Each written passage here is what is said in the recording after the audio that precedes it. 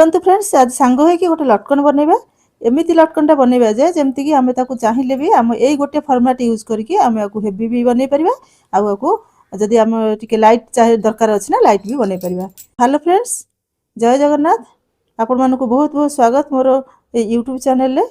तो फ्रेंड्स चलतु लटकन टी बनइबा। सर्वप्रथम कौन करवा ना आम 4x4 रे माने 4 इंच बाय 4 इंच रे 2 पीस रेडी करवा आमर कौन स्क्वायर पीस ठीक अच्छे आ स्क्वायर पीस मापरे आम 2 पीस लाइनिंग पीस रेडी करवा कारण लाइनिंग पीस दरकार 2 पीस आ स्क्वायर पीस दरकार 2 पीस। तो 2 पीस रेडी कले आम चारिपटू कौन करवा पूरा चारिपटाक स्क्वायर करके स्टिच करदे पूरा चारिपटाक कौन खोला किसी रखा दरकार ना सब लक करदे टोटाल चारिपटाक गोटे गोटे स्टिच करके पूरा लक करदे ठीक अच्छे पूरा लक कर दिंतु। आपर कौन करेंगे ना फ्रेंड्स जो ट्रायंगल टाइप देखा रखाई ना से आपण हाफ सर्कल गोटे रेडी करके ताको मझीरू 2 भाग करदे तो आमर ट्रायंगल बाहर पड़ो जेहेतु मोर कट पीस सब थिला बॉर्डर पीस सब छोट छोट पीस थिला तो ताको मु सेट करी काटी तो से एई शेप रे बाहर तो आपन कतरे यदि भल पीस अछि तो आपन आराम से एमती ट्रायंगल पीस बाहर कर दियंतु परटा भलिया। तो दीटा अंक आम कौन करवा जो स्क्वायर पीस करथिले लाइनिंग सहित मेन फैब्रिक जो 4x4 रेडी करथिला दीटा अंक फुल चारिपटाक कभर करके स्टिच करनबा आगे प्रथम गोटे तो सरीगला आउ भी सेमती कभर करके करनबा कि कोठी हमको खोला छाड़ीबार आवश्यक नहीं। तो एमती कर सारा पर आपको कौन करेंगे रखिए आमर जो ट्रायंगल को करथिले रेडी करथिले देखो मोर कट पीस थिला तो से सब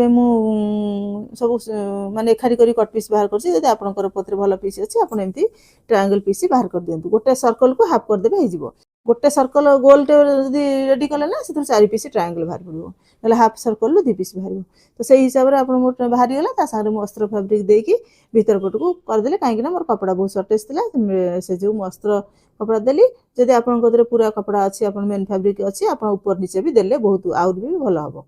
तो देखो जदि आपन कोते नाही आपन एमती भी आपनै परिवे आउ ये भी भल लुक आसबो कारण ये भीतर पट को तो टर्न हो जिवो ना हमर अस्त्र फैब्रिक तो सेमती किसी प्रॉब्लम नहीं।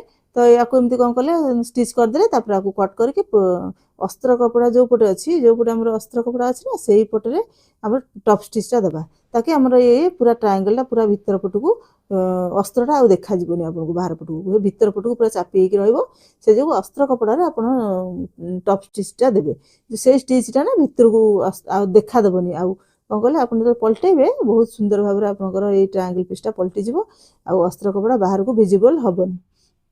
तो से बाहर पटे आपन देदेवे अस्त्र पटे देदेवे आपनकर टप स्टिच देदेले बहुत सुंदर भाव में आपनकर रेडी हो। तो फ्रेंड्स प्लीज चैनल को सब्सक्राइब कर दिंतु आउ आपन फ्रेंड सर्कल शेयर कर दिंतु ताकि से मानको भी किसी एमती दरकार थी ना जब से स्टिचिंग रे इंटरेस्टेड थांती से मानको बहुत बेनिफिट मिल जिवो आउ आपन भी देखंतु आपन को जदी आइडियाटा भल लागिला कि आपन को जदी लटकनटा भल लागिला तो आपन गोटे कमेंट करंतु आउ लाइक टे भी निहाती करके जिवे जदी आपन को आउ किसी क्वेरी थाए ताकू भी कमेंट करके निहाती जणातु मो नेक्स्ट वीडियो रे नै आसबी। तो ये है आमर रेडी हो गला रेडी हो गला पर आपको कौन करिया पलटे देबा पूरा पलटे देबे पलटे देके जदी पारबे आयरन करके नै जिवे नहले हाथ नखरे टिके दाबी देले भी हे जिवो कॉटन कपड़ा जेहेतु हमर लागिची लाइनिंग कपड़ा से आपनकर हे जिवो। तो देखिए आपको जदी ठीक लागला तो आयरन कर नेबे नहले एमती जदी करि परछन कर देबे।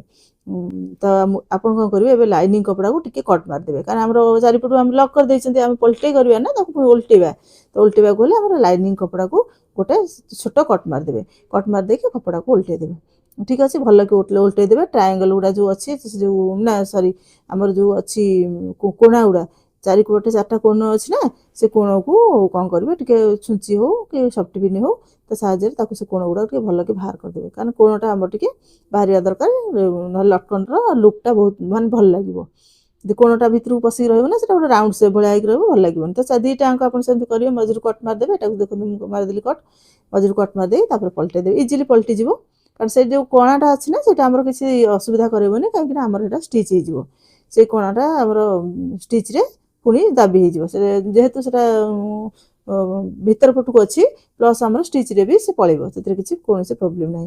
तो देखो ये ऊपर पट मेन फैब्रिक रे भी गोटे कणा करदे छोटियाटे करदे जमी आप डोरीटा खाली पशि पार्थो बेसी बड़ करेंगे छोटियाटे करेंगे ତଳପଟଟା ବଡ଼ ହେଲେ ଚଳିବ କିନ୍ତୁ ଉପର ପଟଟା ଟିକେ ଛୋଟିଆ ଟିକେ କରିବେ, ଯେତିକି ଆମ ଡୋରି ପଶିବ ବାସ୍ ସେତିକି କରିବେ।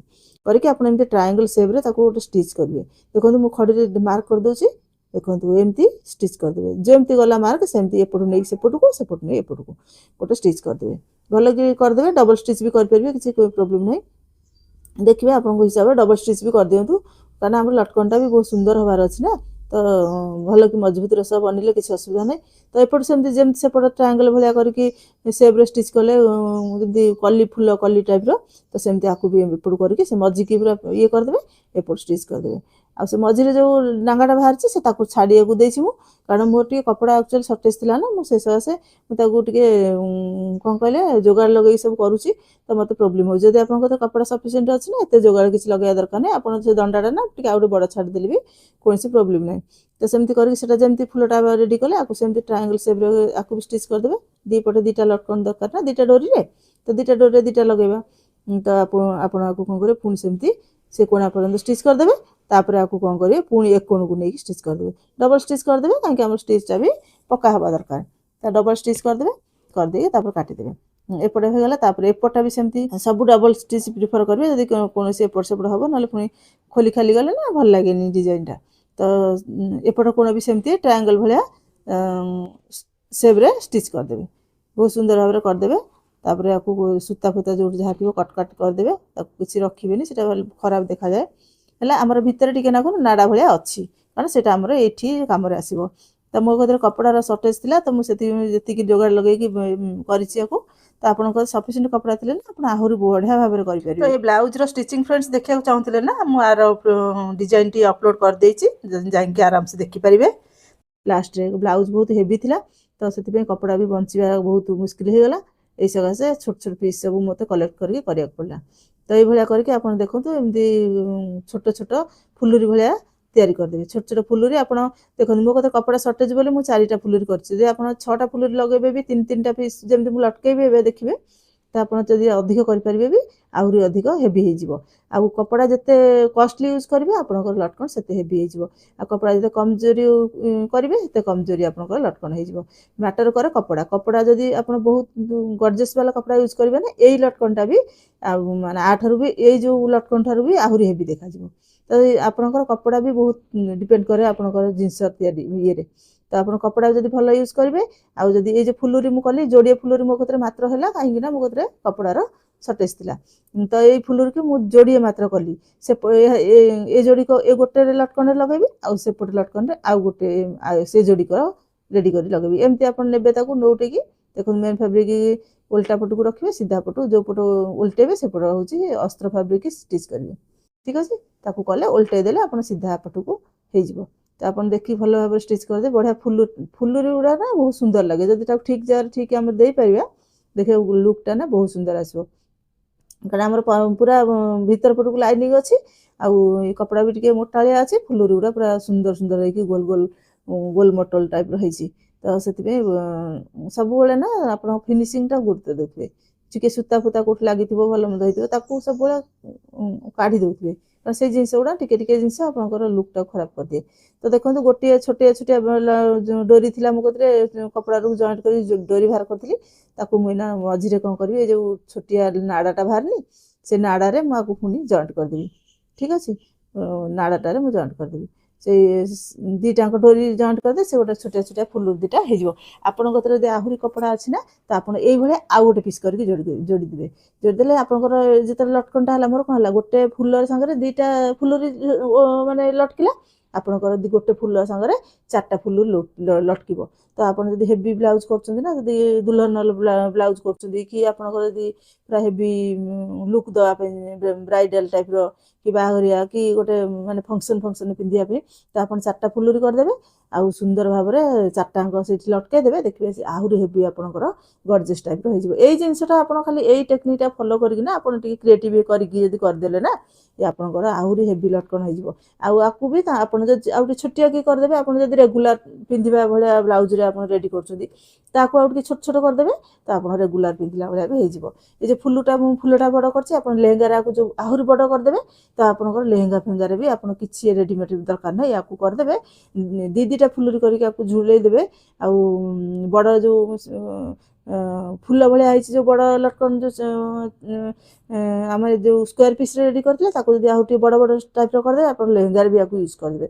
ଦେଖନ୍ତୁ ଗୋଟେ ଲଟକନ୍ ଆପଣ ମଲ୍ଟିପୁଲ୍ ଇଏରେ ୟୁଜ୍ କରିପାରିବେ। ଖାଲି କ'ଣ ଆପଣଙ୍କର ସାଇଜ୍ ବଡ଼ ସାନ କରିଦେବେ ଆଉ କପଡ଼ା ଉପରେ ଟିକେ ଫୋକସ୍ କରିବେ। ଯଦି ଆପଣଙ୍କର କପଡ଼ାଟି ଫାବ୍ରିକ୍ ଯଦି ବହୁତ ବଢ଼ିଆ ହେଇଥିବ ନା ଆପଣଙ୍କର ଏମିତି ଲଟକନ୍ଟା କରିଦିଅନ୍ତୁ ନା ଆଠାରୁ ବି ଆହୁରି 1000 ଗୁଣା ସେ ଦେଖାଯିବ ହେଭି।